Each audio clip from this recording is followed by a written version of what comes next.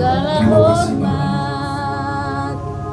Biarlah setiap kami pribadi-pribadi jemaat-Mu, umat-umat di tempat ini berjanji mengiring musuh umur hidup kami.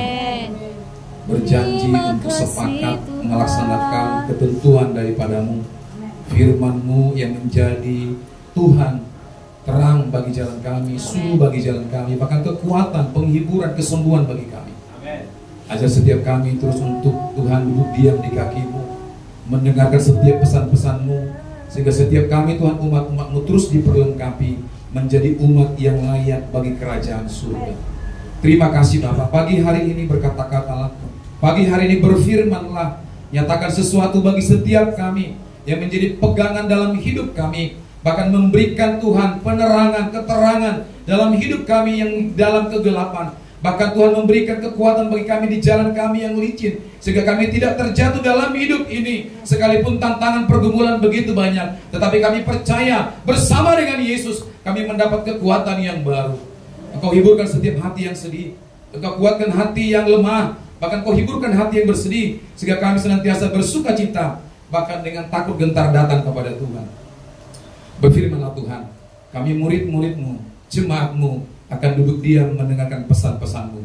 Di dalam nama Tuhan Yesus kami berdoa dan kami siap terima firman-Mu. Bersama dengan saya katakan amin. Sebelum duduk katakan Tuhan Yesus baik. Silakan duduk. Amin. Ya, minggu ini siapa yang diberkati oleh Tuhan? Katakan yes. Ya, minggu ini siapa yang terima kasih karunia Tuhan? Katakan yes. Nah, semuanya ya. Ya. Atau minggu ini ada yang nggak makan kira-kira? Nggak ada ya. Semuanya diberkati Tuhan, katakan amin. Iya, semuanya diberkati Tuhan. Dan semuanya saya lihat kita ini bersuka cita, ya. Amin Bapak Ibu, saya lihat kita sudah nggak muat lagi, ya.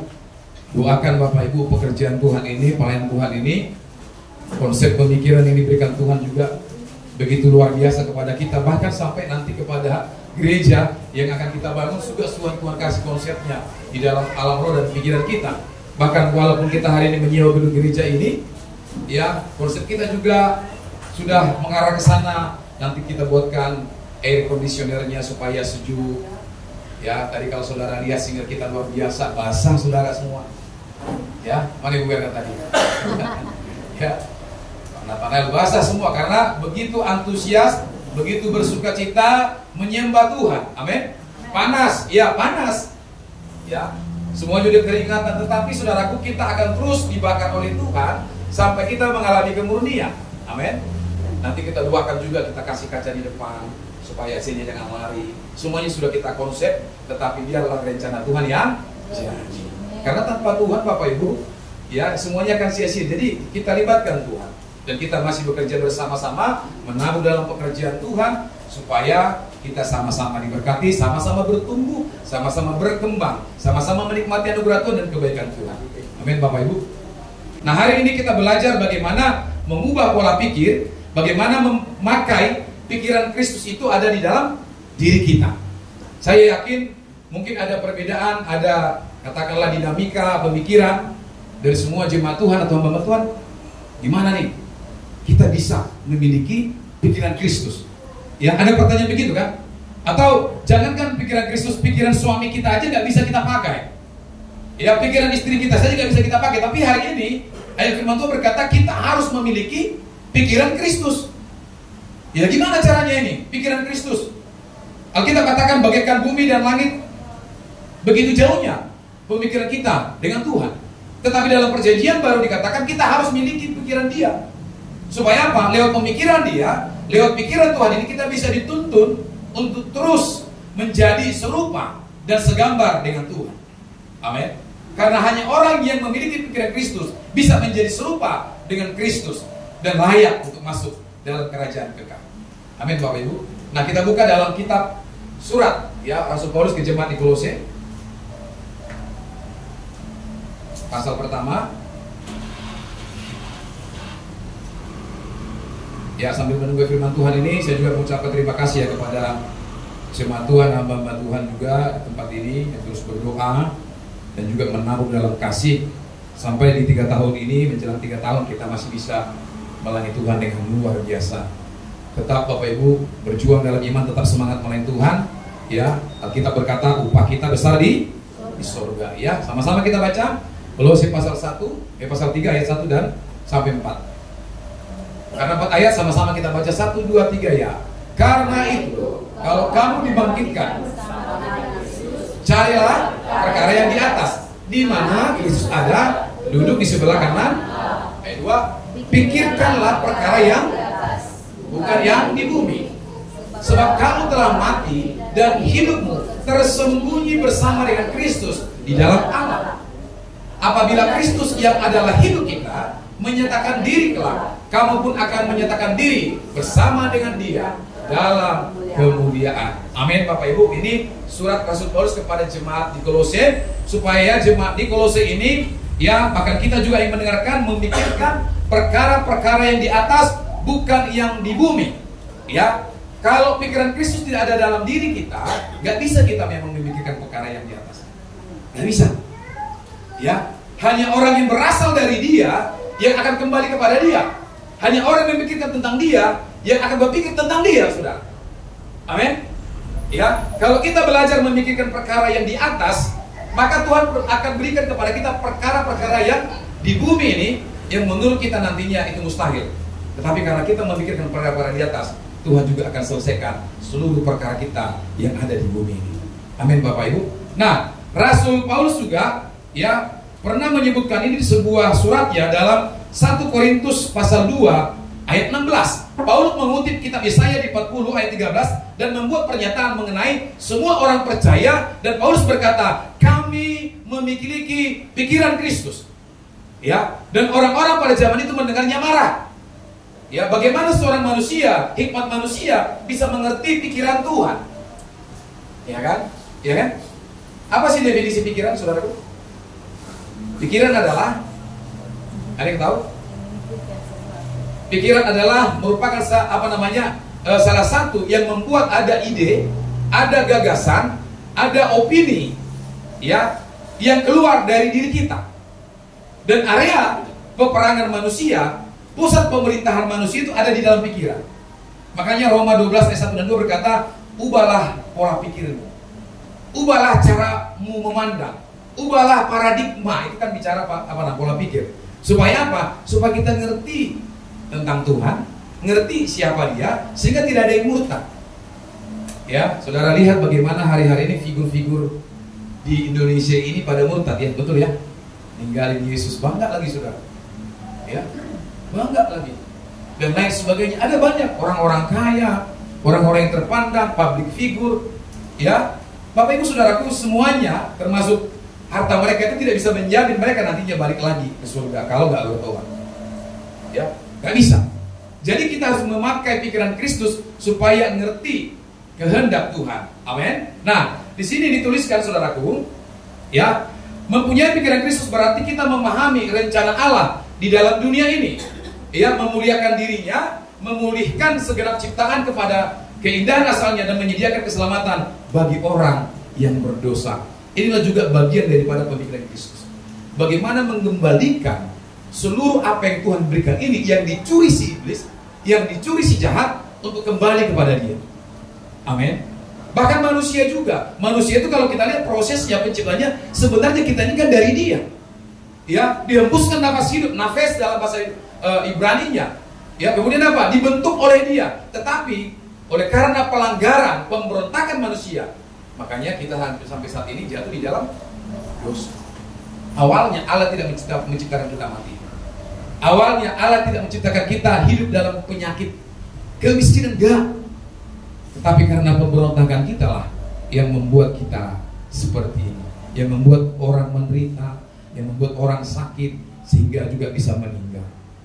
Itu pemberontakan kita. Oleh sebab itu, ya, kita harus memakai pikiran Kristus ini, supaya dengan pemikiran itu saudaraku, kita bisa mengerti kehendak Tuhan, kita bisa mengerti rencana Tuhan, sehingga kita semakin terus berlari dan berlari kepada Tuhan. Sekalipun banyak tantangan, sekalipun banyak pergumulan dalam dunia bisnis kita, dunia pekerjaan kita, di dalam keluarga kita, sekalipun banyak, kalau pikiran Kristus yang kita taruhkan, seperti Paulus, ya, dia bilang, aku telah memiliki pikiran Kristus, maka apa?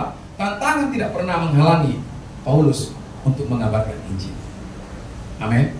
Ke-12 rasul, perhatikan, saya kemarin nonton The Last Supper.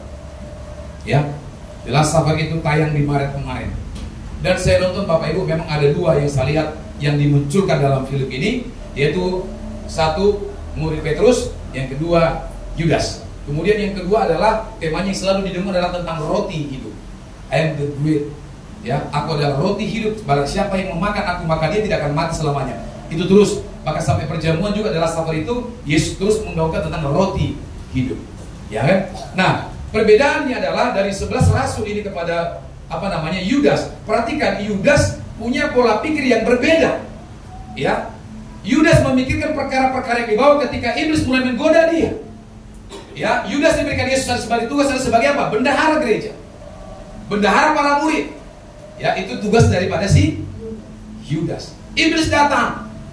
Ya, engkau menjadi bendahara raja segala raja, raja orang Yahudi, tapi kau pun tidur di kandang binatang. Itu ular mulai masuk gambaran iblis dalam film. Ya kan? Dan waktu pertama Yudas masih bisa ngelawan, tapi terus digoda, terus dibohongin, sehingga sampai titik terakhir dia membawa para tentara Romawi, para ahli Taurat, orang Farisi menangkap Yesus di Getsemani. Karena apa? Yang dirasuk, yang dirusak oleh iblis adalah pikiran dari si Yudas. Makanya saya katakan, area peperangan kita itu pikiran. Pusat pemerintahan tubuh kita itu pikiran. Ya, sehingga pagi hari ini saya mau katakan kepada saudara, kita harus benar-benar jaga pikiran kita. Harus seperti pikiran Kristus. Ya, supaya apa? Dunia ini nggak menggoda kita. Amin. Ya, keuangan tidak menggoda kita, apalagi jabatan tidak menggoda kita. Ya, perempuan tidak menggoda kita. Wah, laki-laki tidak menggoda kita untuk meninggalkan atau menjual Yesus untuk kedua kalinya. Saudara perhatikan Yudas matinya bunuh diri. Ya, saya lihat juga Petrus begitu digoda. Ya, lihat saudaramu yang satu sudah seperti itu. Apakah kamu tidak mau mengikut dia? Ya, tetapi Petrus mengambil langkah yang lain. Dia lebih mendengarkan suara Tuhan. Kenapa dia bisa mendengar suara Tuhan? Karena pikirannya sudah berbeda dengan Yudas. Amin. Petrus ini ketika diubah oleh Tuhan pola pikirnya, bayangkan. Ya, sampai dia khotbah 3.000 orang bertobat. Bahkan tadinya dia pengecut 3 kali ayam berkokok, ya. Petrus nyangkal Yesus, tetapi apa yang terjadi? Petrus itu mati-matian kepada Tuhan, bahkan dia salah satu dari murid mati martir. Kalau Yesus disalibkan dengan letter T, kalau Petrus secara membuktikan, dia disalibkan dengan letter X, kepala ke bawah. Kenapa? Dia minta, kalau kalian menyalibkan saya, dikatakan dalam buku itu, jangan salibkan saya seperti Yesus karena saya tidak layak disalibkan seperti itu. Tolong salibkan saya dengan cara yang berbeda. Jadi Petrus pun mati martir, tidak mengutuki Tuhan, dia senyum. Ketika dia mati, surga terbuka untuk dia. Amin, saudara. Betapa pentingnya kita memiliki pikiran Kristus. Nah, di dalam ayat-ayat sebelumnya, saudaraku, tadi saya sudah katakan dalam 1 Korintus 2 ayat 16, kita menyadari beberapa kenyataan tentang pikiran Kristus. Nah, ini kenyataan tentang pikiran Kristus yang dituliskan oleh Rasul Paulus. Yang pertama, dalam ayat 5-6 1 Korintus 2, saudara, dikatakan pikiran Kristus bertolak belakang, ya, dengan hikmat manusia. Artinya, kalau itu masih masuk akal manusia, itu belum dari Tuhan. Ya, hikmat manusia tidak bisa menjangkau pikiran Tuhan. Katakan amin. Pendidikan manusia gak bisa menjangkau pikiran Tuhan. Perhatikan, banyak juga dokter teologi yang error. Banyak juga dokter teologi yang menjadi penghujat Yesus. Banyak, saudara. Mormonisme. Perhatikan, itu yang paham Alkitab. Ya. Dan yang lain-lain, saksi Yehova. Ya, mereka paham sekali Alkitab, tetapi error. Ya, selama saudaraku kita tidak memakai pikiran Tuhan, memang kita gak ngerti bahkan juga tentang pelayanan ini. Amin. Jadi berbeda sekali antara pikiran Tuhan dengan hikmat manusia. Nah, yang kedua, dari 1 Korintus 2:16 ini dikatakan ayat 7, pikiran Kristus melibatkan hikmat Allah yang dahulunya tersembunyi namun sekarang dinyatakan. 2 minggu lalu saya sudah khotbahkan ini. Ya, saya katakan kemarin perjanjian lama menjadi gagal karena apa? Datangnya Kristus. Artinya semua hukum-hukum yang dipahami oleh orang Yahudi menjadi gambaran, bayangan dari yang akan datang, yaitu sebagai Mesias, saudara. Ya, jadi ada saudaraku pikiran yang melibatkan hikmat Allah yang dahulunya tersembunyi, nggak dibukakan. Ketika saudaraku kemarin dalam film itu, ya, Yesus merayakan Paskah, dia membagi-bagikan apa namanya roti itu muridnya nggak paham. Mereka bilang, ini kok berbeda dengan yang kita lakukan dari nenek moyang zaman Adam, zaman Abraham, saudara, ketika bangsa itu merayakan Paskah. Ada perbedaan.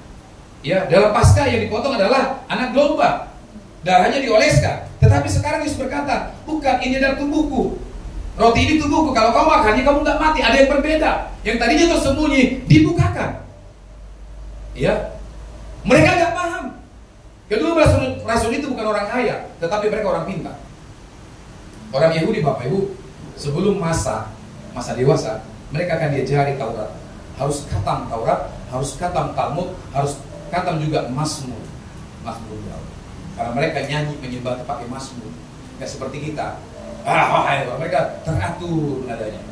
Ya. Mereka harus paham.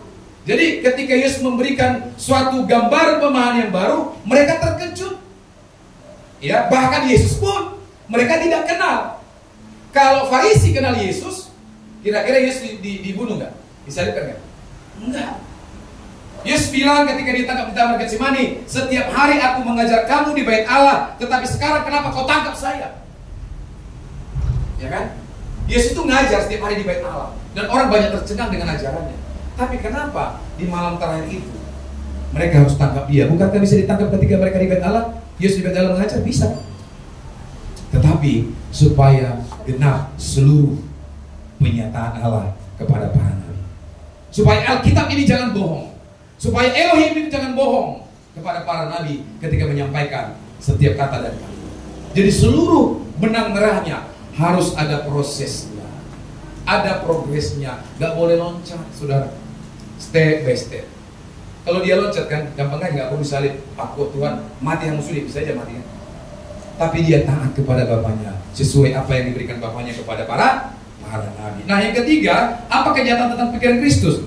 Ya, pikiran Kristus ini diberikan kepada orang yang percaya melalui Roh Allah.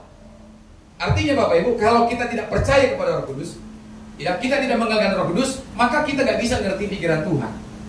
Amin. Jadi salah satu kebanggaan dari orang Kristen adalah bisa ngerti pikiran Tuhan kalau selama dia hidup dituntun oleh kuasa Roh Kudus. Amin, Bapak Ibu. Amin. Perhatikan, makanya Tuhan bilang begini, Tuhan itu memanggil banyak orang bodoh untuk apa?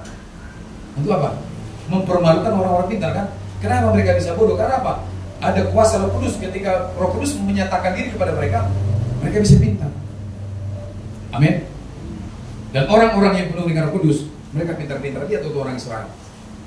Gak ada yang bodoh. Lihat itu Amerika. Kemarin saya lihat teman hamba Tuhan di Oklahoma. Ya, dia lihat Oklahoma inilah kota Kristen, kota yang penduduknya takut akan Tuhan. Ada di sana sekolah tinggi teologi, banyak gereja. Semua umat-umatnya setiap minggu itu kalau udah hari Minggu itu sepi jalanan di Oklahoma itu. Ya, jadi wajar saja kalau Oklahoma Amerika ini diberkati oleh Tuhan. Bahkan semboyan Amerika kan jelas, in God we, nggak tahu semboyan Amerika ya, in God we trust. Ya, dalam Tuhan kami percaya. Ini semboyan Amerika, bukan seperti Indonesia, Bhinneka Tunggal Ika. Berbeda-beda satu, tapi nggak pernah satu kan. Tapi kalau Amerika, in God we trust. Jadi mereka punya dasar kenegaraan itu dari Alkitab. Mereka punya dasar hukum dari Alkitab, saudara. Sehingga Amerika itu diberkati. Jadi salah satunya adalah harus melalui dan harus percaya kepada Roh Allah. Yang keempat, kenyataan tentang pikiran Kristus. Nah, yang keempat adalah pikiran Kristus tidak dapat dipahami oleh mereka yang tidak mempunyai atau tidak percaya kepada Roh Allah. Karena dalam Alkitab ada juga penghujat, ya, yang nggak percaya terhadap Roh Kudus. Banyak, pendeta juga banyak, ya. Karismatik ini juga selalu diserangkan. Wah, ribut sekali dan sebagainya. Ada orang yang berkata seperti itu, ada. Saudara, saya nggak perlu balas, hanya bisa berdoa seperti doa Tuhan Yesus. Ampuni mereka Bapa, sebab mereka tidak mengerti apa yang mereka lakukan. Cukup sampai di situ, ya. Jadi kita tidak bisa mengerti, memahami pikiran Tuhan kalau tidak mempunyai Roh Kudus. Nah, yang terakhir adalah pikiran Kristus memberi orang percaya ketajaman dan kecerdasan dalam hal rohani. Amin. Amin Bapak Ibu. Jadi dalam kegiatan sehari-hari, kadang-kadang Tuhan kan kasih hikmat ngomong. Jadi dengan kita memiliki pikiran Kristus, kita bisa ngerti, oh ini dari Tuhan. Ini bukan dari suamiku, ini bukan dari istriku, ini dari Tuhan. Berarti apa? Harus berjaga-jaga. Ya, ada pesan.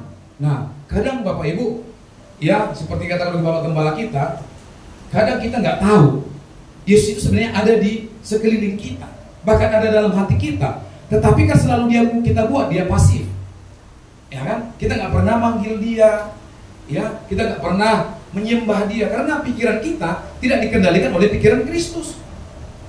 Sehingga banyak orang berkata ketika sudah banyak partinaona lah ya, penderitaannya ya Bapak Ibu, dia bilang begini, di manakah Tuhan?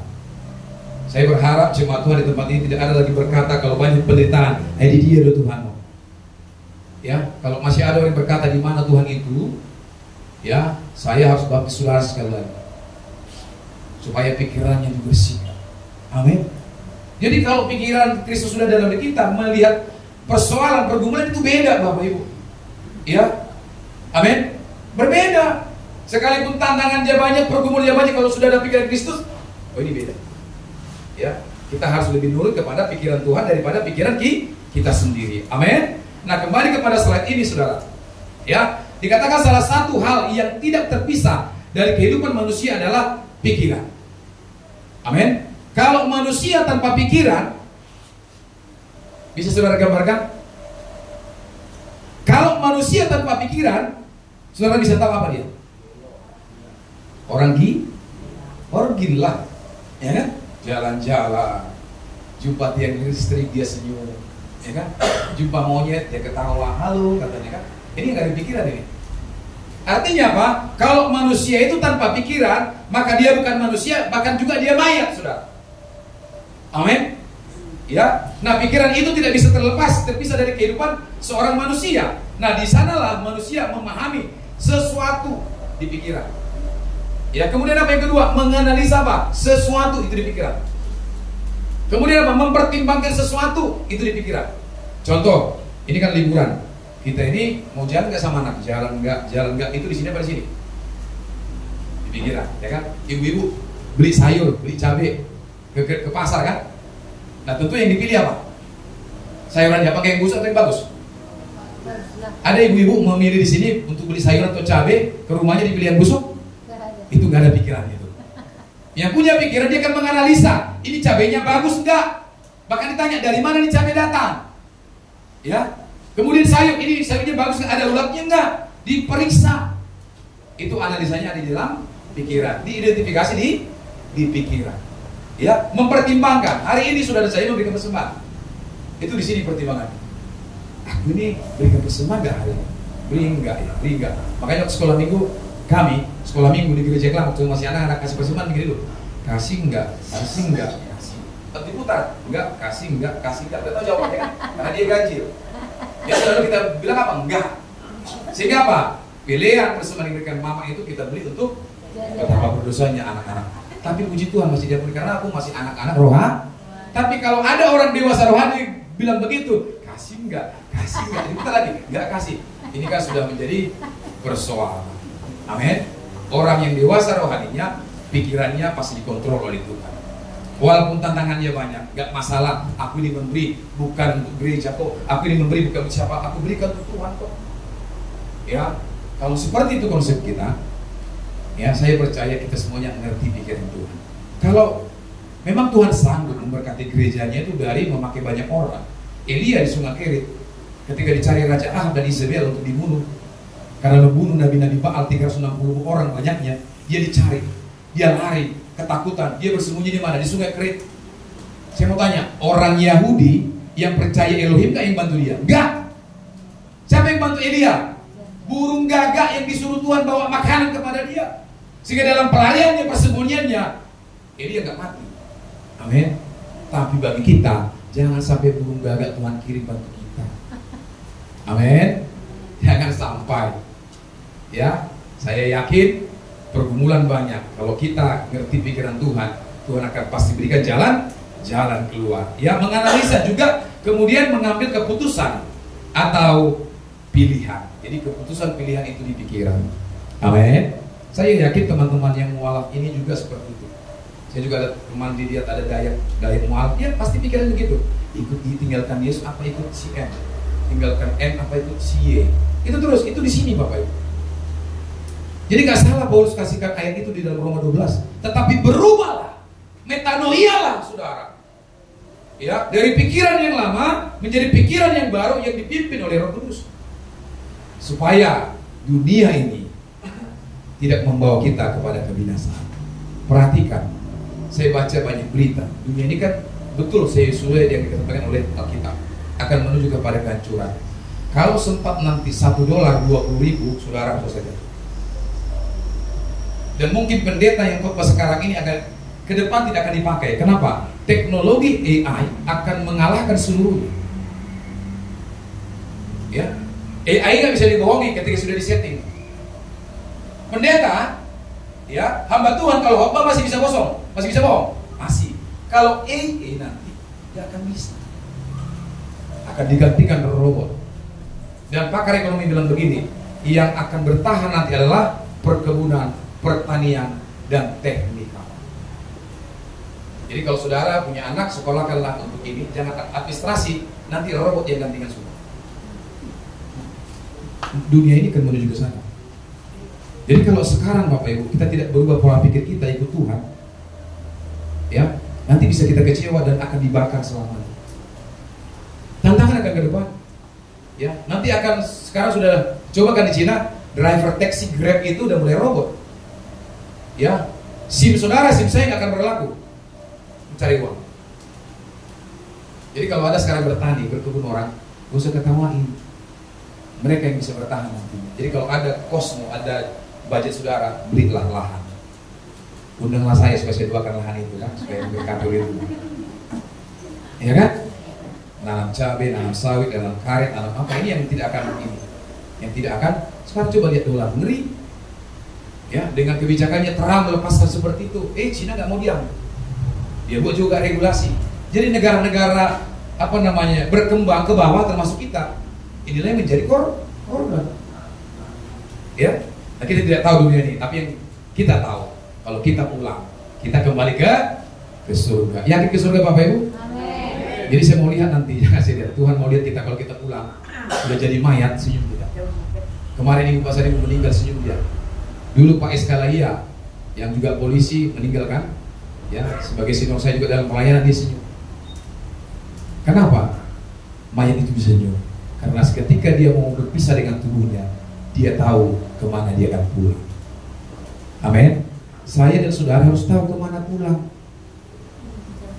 Gak ada yang amin ya? Amin. Biar lebih mati, harus tahu pulang. Artinya kapan pun Tuhan panggil, aku bersama dengan dia. Jadi gak usah ditakuti, aduh istriku cantik kali nih, kata kita ini. Ya kan, aduh suamiku cantik, hartanya banyak, kalau aku minta, aduh ya kalian nanti perempuan ini kan begitu. Jangan itu dipikirkan. Amin. Ketika kita sudah mati, saudaraku, apa yang terjadi? Ya selesai semuanya. Mau kita diulosi, nggak diulosi, diberikan kata-kata hikmat, kata-kata penguatan, nggak ngaruh. Yang mati tidak akan hidup. Amin. Dan saya lihat dari kesaksian 2 orang meninggal dalam bulan kemarin. Ibu Pasar Ibu suruh pusdanyanya, dan dia, bapak itu bilang bahwa saya terkejut, tidak saya pikirkan begitu banyak orang mengasihi kami.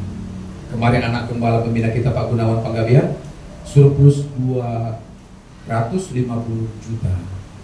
Orang meninggal bisa surplus dananya, saudara. Anak-anaknya dijamin oleh Pak Sabta sampai kuliah, dijamin oleh gereja untuk sekolah. Mau gereja seperti ini? Amin. Amin.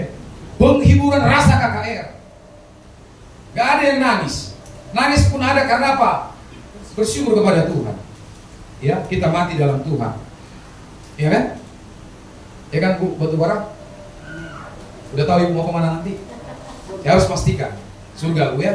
Nanti saya ditanya malaikat. Gak pasti itu kita batu bara katanya. Jadi kita harus pastikan diri kita ketika dipanggil Tuhan. bersama dengan Tuhan. Amin. Nah, karena beriman kepadanya kita belajar untuk memiliki pikiran Kristus. Karena beriman, percaya kepada Roh Kudus, pikiran Kristus adalah pola dan model yang harus kita ikuti. Itulah model kita. Jadi panutan bukan nabi bagi kita. Amin Bapak Ibu. Ya, panutan bukan pendeta bagi kita. Panutan bukan para murid bagi kita. Panutan orang Kristen itu adalah Yesus dan yang lain. Para murid hanya jalan. Para murid hanya diberikan kesempatan melayani Dia. Mereka tidak menjadi panutan bagi kita. Yesuslah menjadi panutan, termasuk dalam hal pola pikir kita sebagai seorang Kristen. Amin. Nah, ciri-ciri pikiran yang disesuaikan dengan pikiran Kristus adalah apa? Seperti apa? Ciri-ciri pikiran yang sesuai. Ciri-ciri pikiran yang sesuai dengan pikiran Kristus. Yang pertama adalah pikiran Kristus itu apa? Mulia dan kudus. Yang sudah dikatakan amin. Kalau Yesus nggak kudus, ngapain kita ikut Dia? Berarti sama kita berdosa. Ya, makanya kita tidak percaya sama Maria, tidak mengikuti Maria, tidak mengikuti Petrus, Yakobus, atau rasul-rasul semuanya. Tidak mengikuti Paulus, kita nggak mengikuti mereka. Karena apa? Mereka sama seperti kita, pendosa, berbuat dosa, dan mereka menjadi manusia yang berdosa. Tetapi yang menjadi kita panutan kita, yang mulia, yang kudus adalah Yesus. Itulah yang harus kita ikuti. Nah, yang selayaknya kita pikirkan adalah hal yang mulia. Jadi jemaat Tuhan, pikirkan hal yang mulia, hal yang nikmat, hal yang manis. Jangan pikiran yang apa dikatakan sini, pikiran yang jelek, pikiran yang jorok, ya, pikiran ingin mencelakakan orang. Kemudian apa? Supaya tidak sopan. Enggak. Kalau ada seperti itu memikirkan, berarti dia bukan pikiran Kristus, karena dia tidak mulia dan kudus. Nah, selanjutnya saudaraku juga memikirkan hal-hal yang suci. Ini menunjuk hal-hal yang murni, bukan hal-hal yang tidak berkenan di hadapan Allah. Jadi kalau pikiran kita suci dan murni, berarti kita sedang memikirkan pikiran Tuhan, sedang memikirkan apa yang berkenan di hadapan Allah. Ya, tentu kita tahu kan apa yang berkenan. Contoh berbuat baik, itu berkenan di hadapan Tuhan. Nolong orang, ya, bersaksi, membantu orang, ya, itu juga salah satu bagian daripada pikiran Kristus yang berkenan di hadapan Allah. Nah, pikiran selayaknya sebuah wadah. Jadi pikiran itu adalah sebuah wadah yang akan memproses apapun yang dimasukkan ke dalamnya. Amin. Mendengar telinga, merasa ini lidah, menghirup ini hidung, melihat ini mata. Prosesnya semua, wadahnya itu ada di pikiran kita bersama. Amin. Kita aja mau ibadah hari ini harus berpikir. Ya, oke, ibadah. Nah, habis itu berpikir lagi, nanti aku pakaian seperti apa? Ya, itu semua ada di apa? Di dalam pikiran kita. Ini adalah wadah untuk memproses apapun yang dimasukkan ke dalamnya. Nah, masukkanlah hal yang kudus dan mulia. Amin. Jadi melihat orang, Bapak Ibu, jangan negatif terus. Ada orang di sini seperti itu. Tetangganya beli mobil, dia negatif. Enggak korupsi, marahin. Ya kan? Dilihat tetangganya pakai pedicure, manicure atau whitening yang mahal, yang tarbonain, ya kan? Tetangganya beli sofa atau kulkas, jangan-jangan suaminya korupsi katanya. Nah, kalau yang seperti itu pemikiran dari kita anak tua selalu negatif, engkau juga akan terima yang negatif. Jadi kalau ada orang yang menceritakan yang nggak baik tentang kita, karena kita berbuat seperti itu, ya jangan salahkan Tuhan. Amin.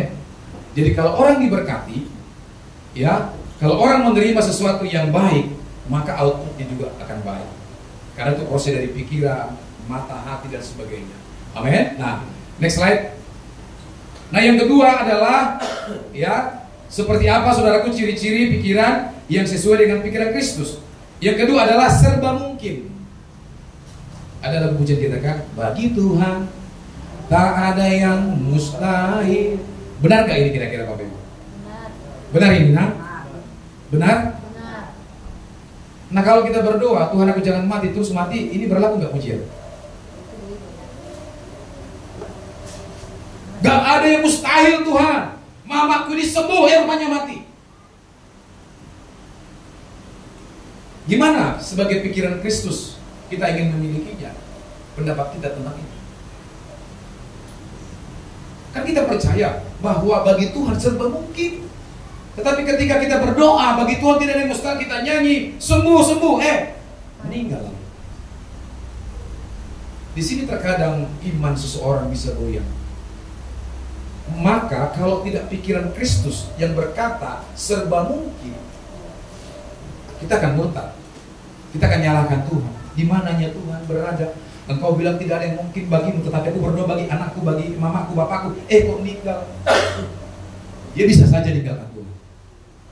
Tetapi kita harus memiliki pikiran Kristus. Ketika dikatakan serba mungkin, kita juga harus ada ayat yang lain. Berkata apa?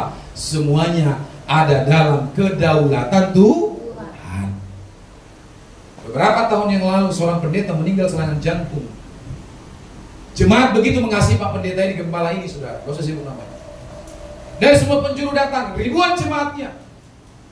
Mereka semua menangis. Seorang pendoa bilang begini, Bapak ini tidak mati. Bagi Tuhan tidak ada yang mungkin. Dia berdoa 3 malam 3 hari berdoa. Pak Pendeta ini kayak begitu. Saudara harus juga percaya, memang bagi Tuhan semua serba mungkin. Tapi saudara harus percaya ada kedaulatan Allah.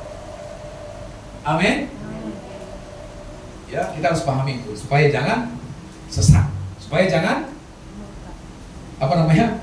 salah dalam melakukan kebenaran firman Tuhan. Nah, iman sebesar biji sawi itu Matius 17:20 dikatakan akan membawa seseorang kepada pemikiran bahwa tidak ada yang mustahil bagi Tuhan. Jadi harus ditaruh dulu di dalam pemikiran itu bahwa apa?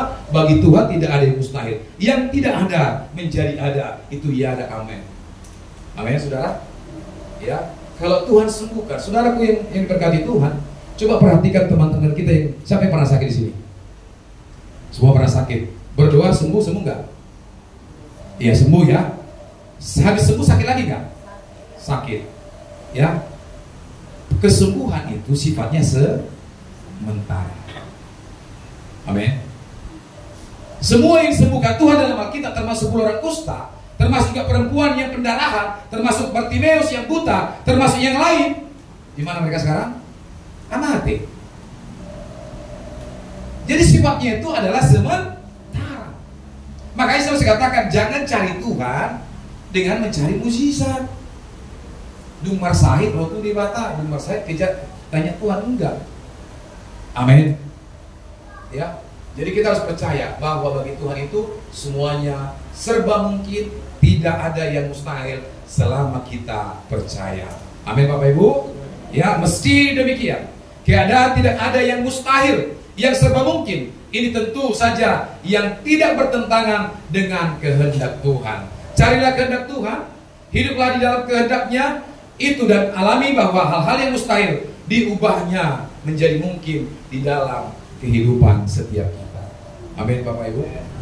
Ya, kita cari kehendak Tuhan bahwa masih ada yang mungkin bagi Tuhan. Sekalipun nantinya menurut kita tidak mungkin, jangan merajuk, jangan marah dengan Tuhan.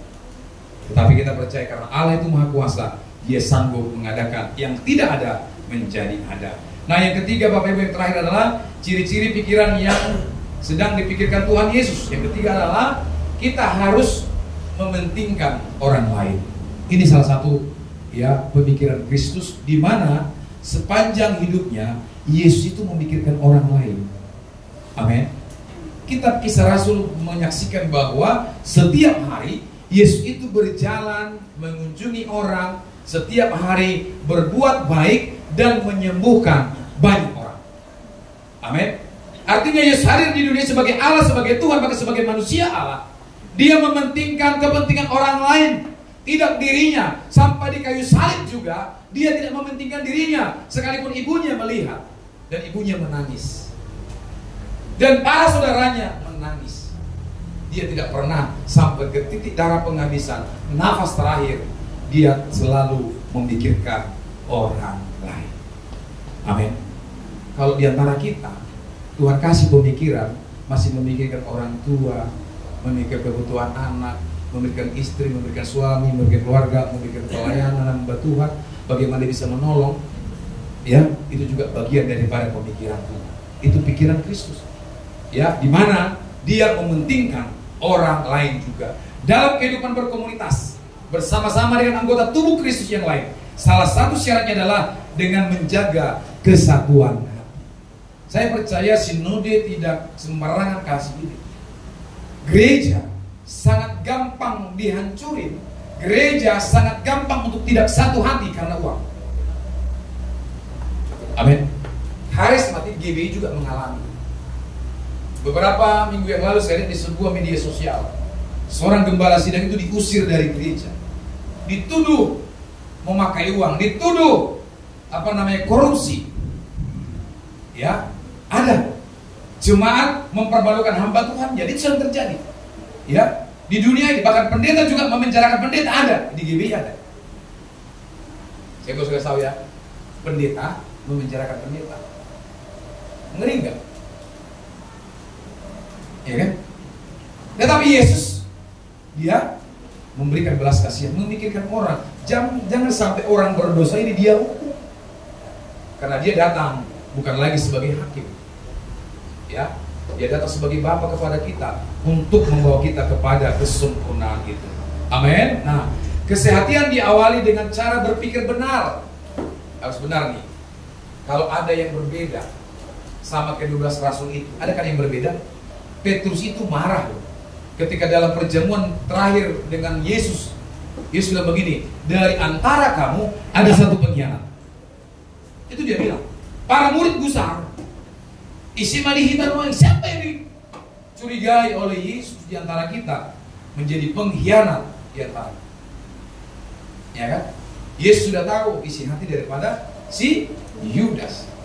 Jadi kesehatan ini saudaraku diawali dengan cara berpikir yang benar. Kalau seseorang berbeda pendapat, kita aja suami istri, bapak ibu berbeda pendapat, betul atau benar yang sudah menikah? Mana lebih banyak kita berbeda pendapat dengan suami, dengan istri, atau sama? Kalau yang sama, selalu sama, istri A, suami B, ini gak beres di keluarga ini. Ya, yang satu rahim, saya satu rahim sama dia, selalu kami berbeda pendapat, tidak sama. Itu yang satu rahim. Kalau yang sudah suami istri, semua sama, Aidem, Ian, Doro, kayak begitu, ini soal-soal yang nggak pas. Amin. Pasti ada perbedaan. Mengurus anak pasti ada perbedaan. Ya, mengurus rumah tangga pasti ada perbedaan. Melayani pasti ada perbedaan. Ya, suaminya pingin baju istrinya ini pink.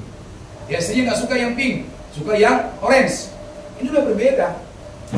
Tapi dalam perbedaan, saudaraku, kita harus memakai pikiran Kristus untuk mengutamakan dalam perbedaan itu kesatuan hati dengan cara berpikir yang benar. Dalam hal ini tidak memikirkan kepentingan sendiri, melainkan kepentingan orang lain lebih dahulu. Memikirkan kepentingan orang lain dimulai dari sikap kerendahan hati kita, seperti yang Kristus teladankan. Amin. Yesus meneladangkan semuanya kepada kita. Sampai nyawanya dia berikan, sampai dirinya dia berikan. Dia tidak pikirkan yang lain-lain, dia hanya bagaimana memikirkan bagaimana Bapaknya disenangkan. Kita juga harus seperti itu. Bagaimana kita bisa menyenangkan hati Bapa, menyenangkan Tuhan dalam hidup kita, ya. Dan juga yang tadi sudah kita jelaskan, ya, mementingkan kepentingan orang lain, jemaat dan sebagainya juga sangat kita perlukan. Amin Bapak Ibu. Jadi mulai hari ini mari kita pakai pikiran Kristus. Kalau ada masalah, pakai pikiran Kristus. Ada pergumulan, pakai pikiran Kristus. Melihat orang susah, pakai pikiran Kristus. Melihat orang yang menderita, pakai pikiran Kristus. Kalau ada orang berpikiran negatif, pakai pikiran Kristus supaya jangan negatif ikut. Amin.